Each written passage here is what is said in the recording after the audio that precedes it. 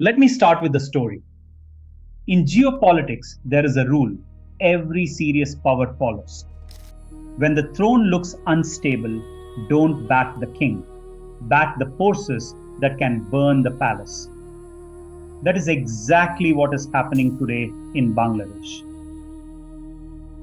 Washington Post revelation.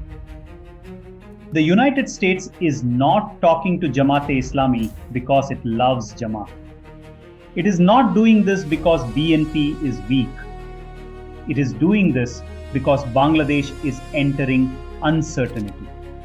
And uncertainty is where great powers reposition. If India misreads this moment, the consequences will not be diplomatic. They will be strategic and permanent. It was a quiet room in Dhaka. No cameras, no microphones. Just a handful of journalists and a senior American diplomat. The conversation was off the record. But history has a habit of recording what power wants to keep private. Someone pressed record. The diplomat spoke calmly. He said Bangladesh had changed. Not politically, not economically. It had, in his words, shifted Islamic. And then he said something that caught everyone off guard. In the coming election, he predicted Jamaat-e-Islami would do better than ever before. There was no alarm in his voice, only assessment. Then came the sentence that would later echo across South Asia. We want to be friends with Jamaat. Not cautious engagement, not distant observation, friends. He even suggested that Jamaat's student leaders should be brought onto television panels, introduced, normalized, made familiar. The message was subtle but unmistakable. Someone in the room raised the obvious concern. What about extremism? What about Sharia law? What about women's rights? The diplomat didn't hesitate. He said he didn't believe Jamaat would go that far. And if it did, the United States had tools, tariffs, trade pressure, market access. He mentioned 100% tariffs, casually, as if ideology could be corrected with economics. That is what the tape really revealed. Not support for Jamaat, but confidence. Confidence that Washington could manage outcomes, control behavior, shape a country's direction from a distance. When the tape leaked, the US Embassy moved quickly. They called it informal, routine, off the record. They said the United States supports no party. But diplomats don't reveal policy in press releases. They reveal it when they think no one is listening. This tape was not a mistake. It was a glimpse inside the room, where strategy is discussed before it becomes policy. And once heard, it could not be unheard. Bangladesh is heading into a post-Hasina era. This is not just a change of government, it is a change of political gravity. Whenever a country with religious fault lines, external pressure, economic stress enters transition, three actors always move. The United States hedges, China consolidates, and neighbors are tested. India is that neighbor. Here is the first uncomfortable truth. Winning an election in Bangladesh does not mean controlling Bangladesh. BNP may win votes, but Jamaat controls levers of pressure. Jamaat has mosque networks, madrasa influence, cadre discipline, street mobilization capacity. BNP does not. So even if BNP forms the government, it will still fear Jamaat's street power, depend on Jamaat for legitimacy, be vulnerable to Jamaat-led disruption. From Washington's perspective, the logic is simple. If BNP governs, Jamaat governs BNP. So the US is not choosing Jamaat over BNP. It is choosing Jamaat because of BNP. Second truth. Jamaat controls what Washington fears most: instability. Jamaat can shut down cities, radicalize protests, paralyze governance, internationalize unrest. And American diplomacy has always followed one rule: talk to those who can break the system, not just those who run it. This is not ideology, this is insurance. Now comes the deeper layer. The US does not trust BNP to survive long. Washington is planning for weak coalition governments, leadership instability, Islamist street pressure, even military re-intervention. So Jamaat engagement is future-proofing. The US is preparing for post-BNP scenarios. And this is where India must wake up. Because what is insurance for the US is existential risk for India. India's problem with Jamaat is not emotional, it is structural. Every time Jamaat rises, Pakistan regains influence. Anti-India narratives institutionalize, security cooperation weakens, border radicalization risk increases. This is not theory, this is historical pattern. A Jamaat-influenced Bangladesh means pressure on India's northeast, intelligence blind spots, minority instability, migration stress, diplomatic hostility disguised as sovereignty. For India, this is not politics, this is perimeter security.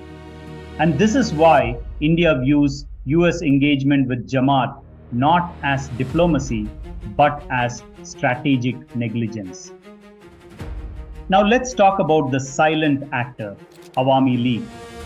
Awami League sees this US move as betrayal. For them, Jamaat is not just an Islamist party, it is the 1971 collaborator legacy, the undoing of secular Bangladesh, the return of Pakistan-aligned ideology. Awami League believes India stayed consistent, China stayed transactional, the US stayed opportunistic, and they are not wrong. Even out of power, Awami League remains embedded in bureaucracy, connected to security institutions, experienced in counterinsurgency. This makes Awami League India's strategic memory bank in Bangladesh. Abandoning them would be strategic amnesia. Now observe China. China does not care who rules Bangladesh.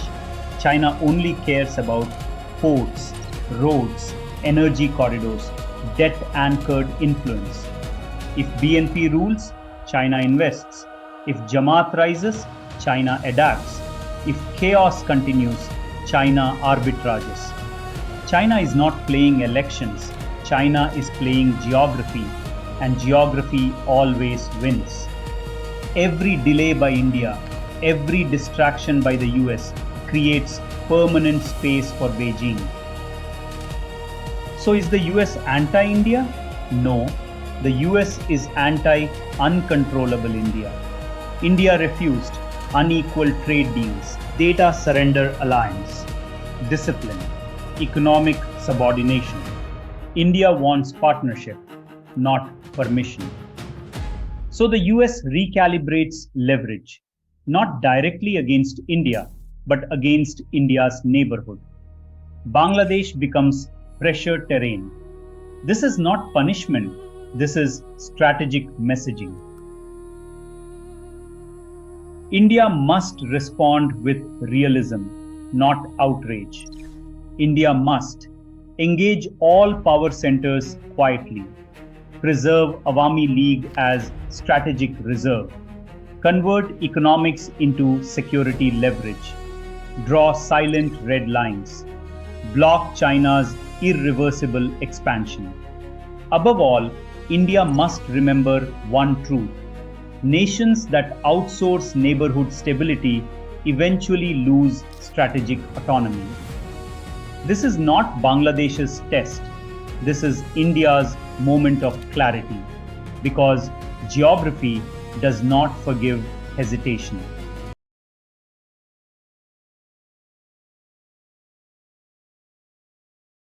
The overseas workers.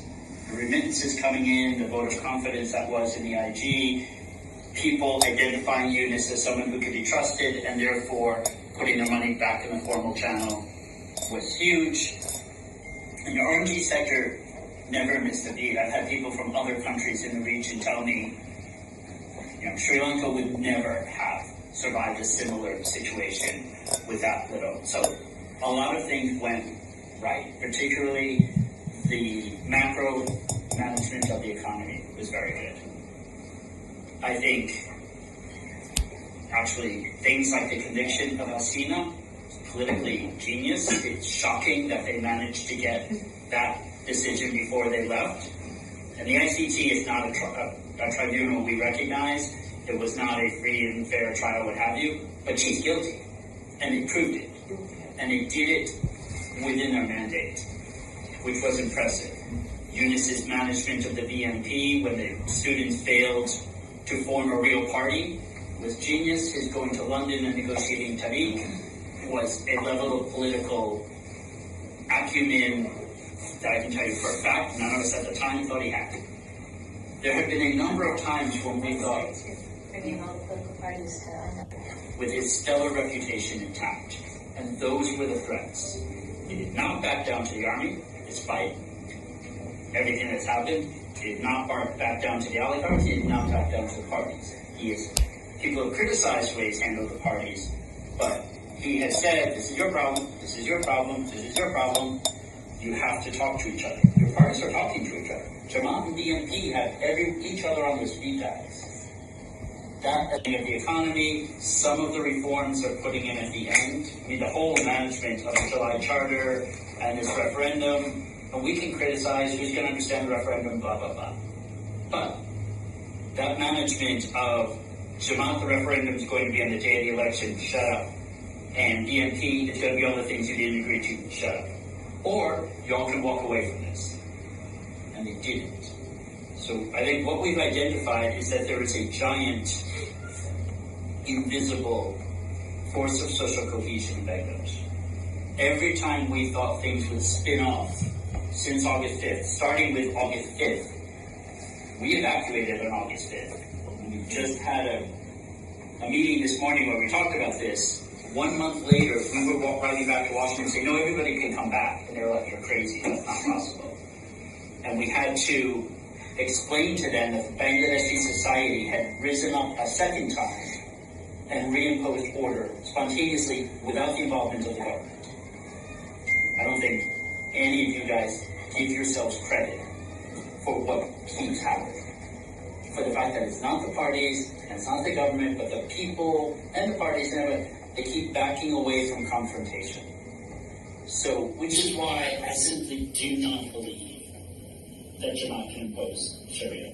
I was talking to somebody in the Catholic Church recently who said, well, if Jamaat wins, they're going to nationalize Sacred Heart and all the Catholic universities, and they're going to take them over and make them Islamic universities. I said, if Jamaat were to seize all the Catholic schools in Bangladesh, they would have 100% tariffs put on them the next day. There is no way on earth the Catholic society in the United States would put up with that and allow Bangladesh to export things to the United States. So that's not a real thing.